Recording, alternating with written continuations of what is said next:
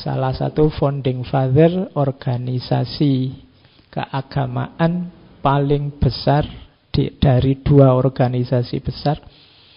Jadi yang pertama NU, beliau ini pendiri Muhammadiyah.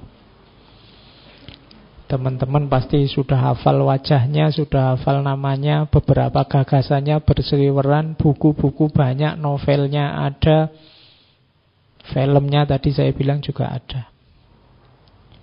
Beliau ini dari sisi silsilah masih keturunan ke-12 Maulana Malik Ibrahim. Kemudian 2 kali berguru ke Mekah. Kemudian beliau ini pendidik, wirausahawan, pinter main biola, apalagi yang suka sepak bola, kemudian apalagi, dan lain-lain. Suka touring kemana-mana. Di antara yang unik dari beliau ini, kalau biasanya murid mencari guru, kalau beliau ini suka dakwah sambil jalan-jalan, door to door sambil dagang. Nah, itu khas. Oke, itu informasi pendek-pendek tentang beliau. Sisanya kalian harus belajar sendiri, harus baca. Malam ini kita langsung to the point, masuk ke gagasan-gagasan beliau tentang pendidikan. Saya awali dari sini. Saya awali dari kegelisahan Kiai Dahlan. Jadi beliau ini melihat situasi umat Islam zaman itu. Ya zaman beliau kita masih dijajah oleh Belanda. Beliau lahir 1868, nanti meninggalnya 1923. Ini kan era ketika kita sedang asik-asiknya dijajah oleh Belanda. Ya, kita kan enjoy, menikmati sekian abad dijajah oleh Belanda. Nah, dari cermatannya Kiai Dahlan ada beberapa perilaku umat, khususnya umat Islam, yang tidak tepat. Yang pertama sebenarnya tidak cuma di Indonesia yang dijajah itu, hampir seluruh dunia Islam zaman itu sedang dijajah oleh Barat. Dan tahun-tahun itu juga sebenarnya umat Islam ini mulai bangkit. Jadi mulai gerakan-gerakan nasionalisme, kebangkitan itu di era ini. Ini Kiai Dahlan belajar waktu di Mekah, bertemu dengan ajaran-ajaran pembaharu dari Muhammad Abduh, dari Jalaluddin Afghani, dan juga muridnya Abduh, Syekh Rashid Ridho.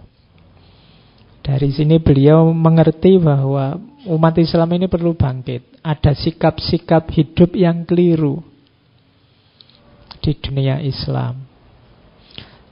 Gagasan ini beliau bawa, meskipun resistennya banyak, karena memang perjuangan yang luar biasa zaman itu. Umat Islam cara hidupnya masih konservatif. Jadi yang pertama itu sebenarnya awal kebangkitan di dunia Islam, tapi sebagian besar umat Islam saat itu teologinya teologi pasrah. Ya memang kalau takdirnya kita, Allah menakdirkan Belanda menjajah Indonesia, ya siapa yang bisa membantah. Itu teologi pasrah, fatalistik. Jadi, nah teologi yang pasrah ini kan teologi yang menyerah dengan dunia nyata. Akhirnya apa?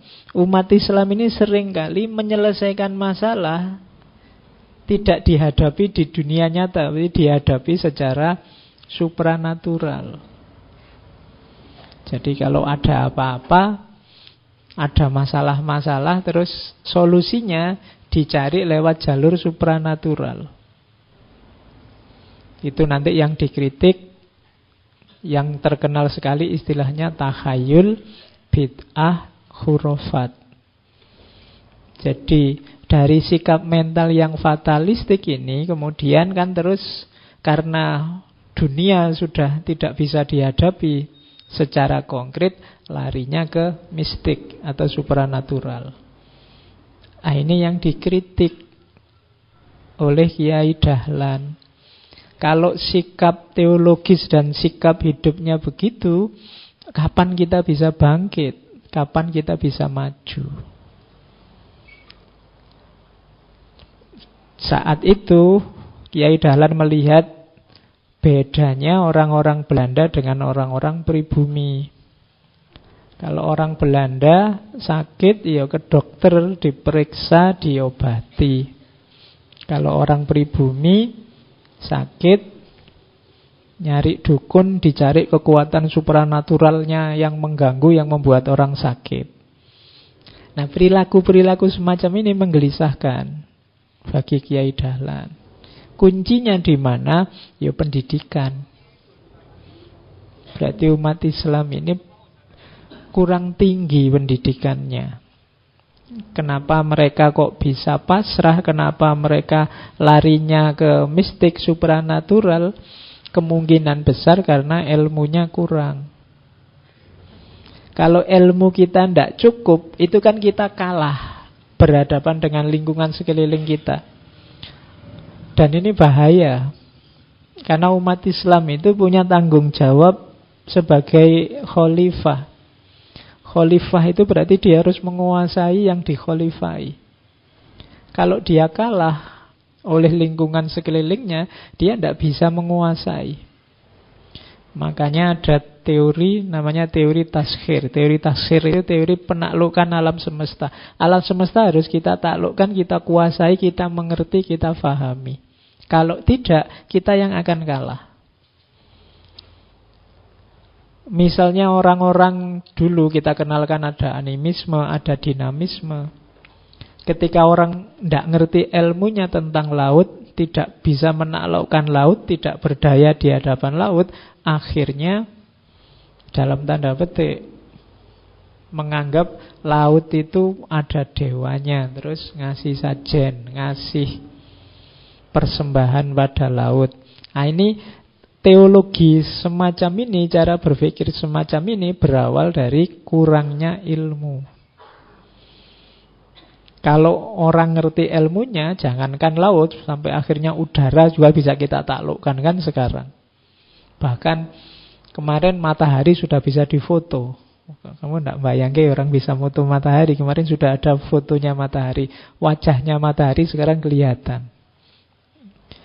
Mungkin kita tidak membayangkan kita sudah semaju itu sekarang. Dari mana? Sains, ilmu pengetahuan. Oke.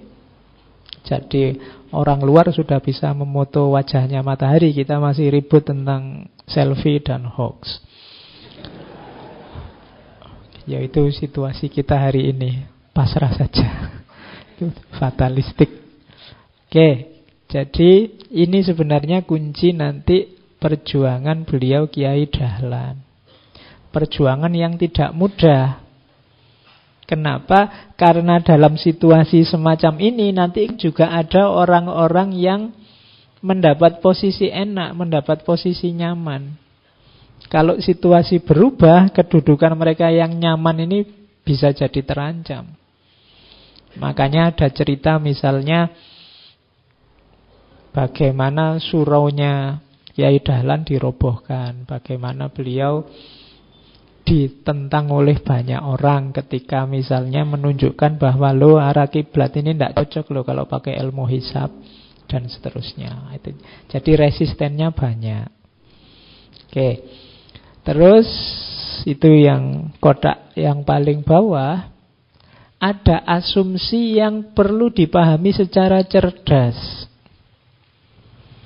Jadi memang karena kita dijajah Belanda, banyak yang menentang penjajahan, yang berjuang menaklukkan Belanda, sampai ada rasa tidak suka luar biasa pada Belanda, menganggap semua yang ada hubungannya dengan penjajah itu pasti jelek. Kayak tadi Kiai Dahlan mengingatkan, ada bagian-bagian tertentu yang bagus. Jadi kalau semua yang berbau Belanda kita tolak, nanti ada banyak hal yang penting, yang bagus, yang bisa kita tiru. Ya enggak semua, kalau menjajahnya sih pasti jelek. Tapi dalam hal tertentu, misalnya yang dilihat Yai Dahlan saat itu, misalnya pendidikan.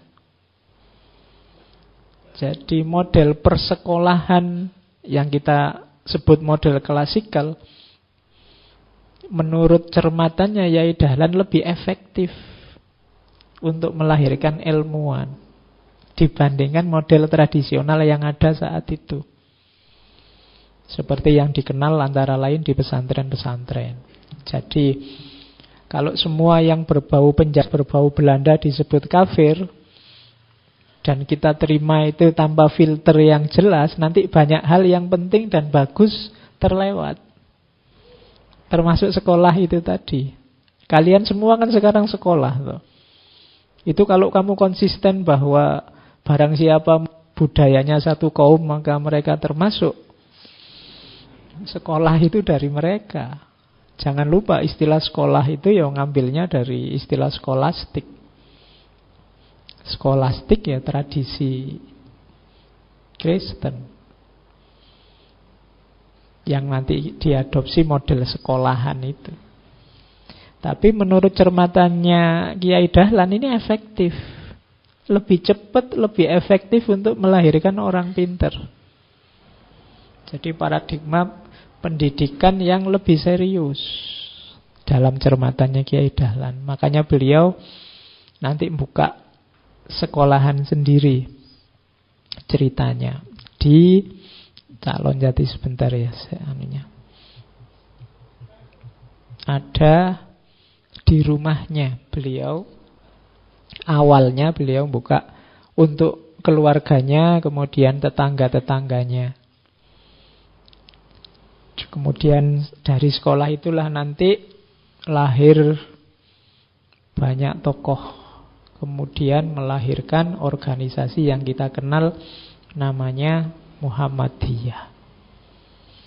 Jadi ceritanya kenapa dari situ lahir organisasi. Jadi suatu ketika ada seorang siswa yang tanya pada beliau, Kiai, apakah di sini tempatnya sekolah? Sekolah model apa sih ini Kiai?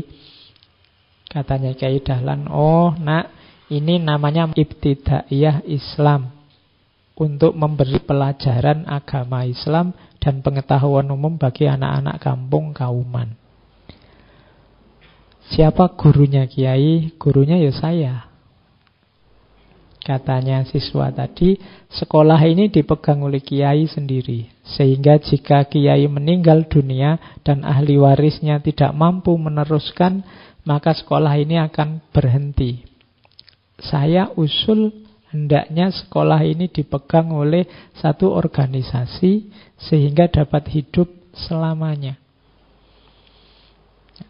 Dari situ terus beliau tanya lagi, kira-kira organisasi seperti apa? Organisasi yang disusun sebagai badan yang sah sesuai izin pemerintah saat itu, Hindia Belanda. Misalnya seperti Perkumpulan Budi Utomo yang sekarang berdiri di Jogja. Dari percakapan ini nanti muncul ide untuk mendirikan organisasi. Dibikin proposalnya, minta izin ke pemerintah Hindia Belanda saat itu. Meskipun tidak turun-turun izinnya sekitar 2 tahunan. Karena Belanda juga takut nanti ini pengaruhnya besar. Melihat bagaimana sosok Kiai Dahlan yang, jadi beliau ini nanti dikenal juga di kalangan aktivis pergerakan termasuk Budi Utomo. Karena beliau juga ngajar di beberapa sekolah Belanda. Oke, jadi itu aspek sejarah.